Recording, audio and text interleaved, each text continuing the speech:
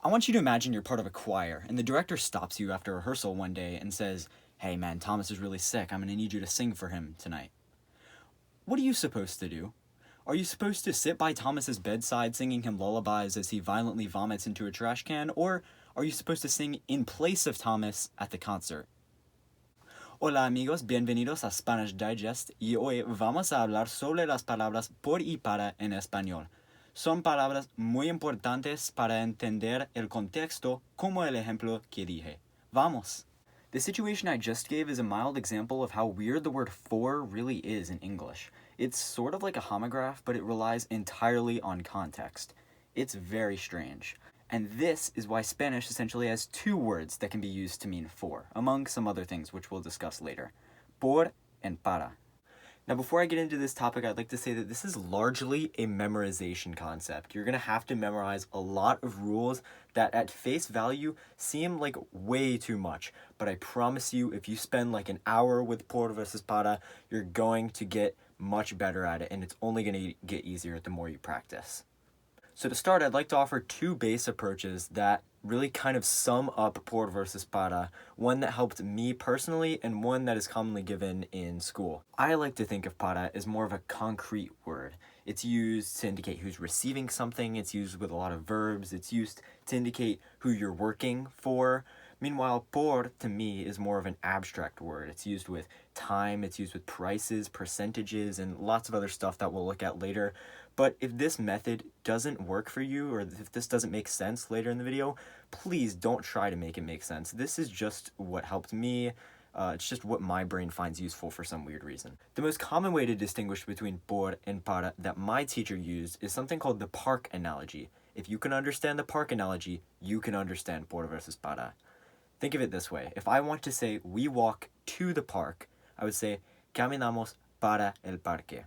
If I want to say we walk around or through the park, I would say caminamos por el parque.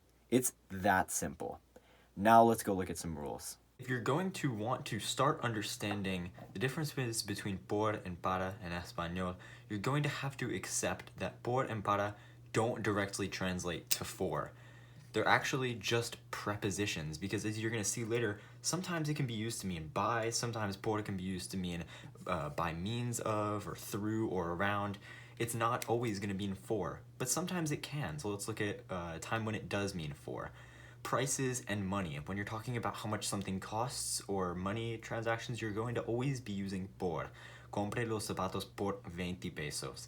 I bought the shoes for $20, 20 pesos, sorry. Mode of transportation. In this case, it's going to be more a little bit like by. If you're traveling viajamos por metro, we travel by metro or by means of the metro, then you're going to be always using por. An original author or creator, it's going to sort of mean like by in this situation, or somebody who is making something. Un presentación por mí, un libro por J.K. Rowling, a book by J.K. Rowling, or created by, or written by. Means of doing something. Escribe el ensayo por lápiz. I wrote the essay by pencil, or by means of pencil. I used the pencil to write the essay. The reason that there's this sort of elongated equal sign between the mode of transport and means of doing something is because I personally like to group these two rules together. I mean, a mode of transport is kind of like a means of transporting yourself, so it only makes sense that if you travel by train, you're traveling by means of train or metro. You can also use por when talking about a length of time in the future or a length of time that you did something. Voy a estar allí por 13 minutos. I'm going to be there for 30 minutes. Estudié por 13 minutos. I studied for 30 minutes. In this case, it means more like for. You could also use por for a reason for something. In this case, it would mean more like because of. Por la coronavirus no estuve en la escuela. Because of the coronavirus, I was not in school. See how the word por can kind of change based on context? You can use it to express an opinion, in which case you'd be saying para mí, which would, I guess, translate to me or in my opinion. In this case, it means more like to. There are some other phrases that we use with por. I'll leave a list of those below in the description because there's way too many of those, and that's just stuff you're going to have to memorize, stuff you're going to hear over and over again. The last one I want to talk about is movement or placement through space. A lot of programs like Duolingo like to say el lápiz sobre la mesa, but you can also use el lápiz por la mesa, the pencil on the desk. Or you could say por la puerta, which would mean through the door. It's really all about word choice, and por is really just a preposition. It can mean through, it can mean for, it can mean to, because of, by, all of these different prepositions that it translates to in English, which makes it hard to boil it down to just for. Por is much more than just for. Now let's look at para. So like with por, para is a preposition in Spanish. It's just that. It can't always be directly translated into for, although there are more instances where you are going to translate it into for. So let's look at some of the rules. You're going to have destinations. When you're talking about a destination of a travel or a trip, you're going to be using por, and it's going to kind of mean like to in that situation. El avión para Madrid, the plane to Madrid. Recipients. When you're giving somebody something, the person that you are giving the object to, you're going to say that it's for somebody, and so you're going to use para. Un libro por J.K. Rowling, para mi amigo. Notice how I included por and para in this example, because I don't want you to mix up an author or creator of something with a recipient of an object. So if you're giving somebody something, if somebody is receiving an object or a thing, you're going to use para. Para is for the recipient, and it is going to mean for, or it's going to kind of translate to for.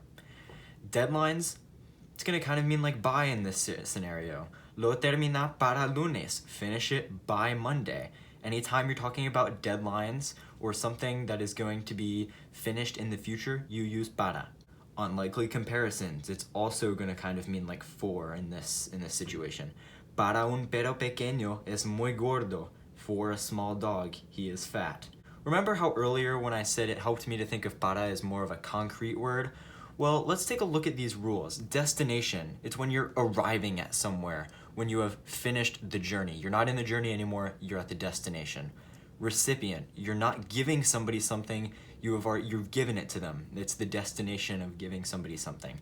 Deadline, you're not doing the work anymore, you've already finished the work. It's a deadline. So this is where I kind of get that para is more of a concrete word, because it's not really stop and smell the roses like para is. You're not walking through the park, you're walking to the park. A lot of people get confused when we talk about using para before infinitives, like it's some well-kept secret that you're always supposed to use para before an infinitive, which is not true at all, actually. When you use para before an infinitive, you're using it to express a goal or a purpose. And this isn't like using por to express a purpose of something, because it's a goal, it's an action. The purpose of an action, you're going to be using para.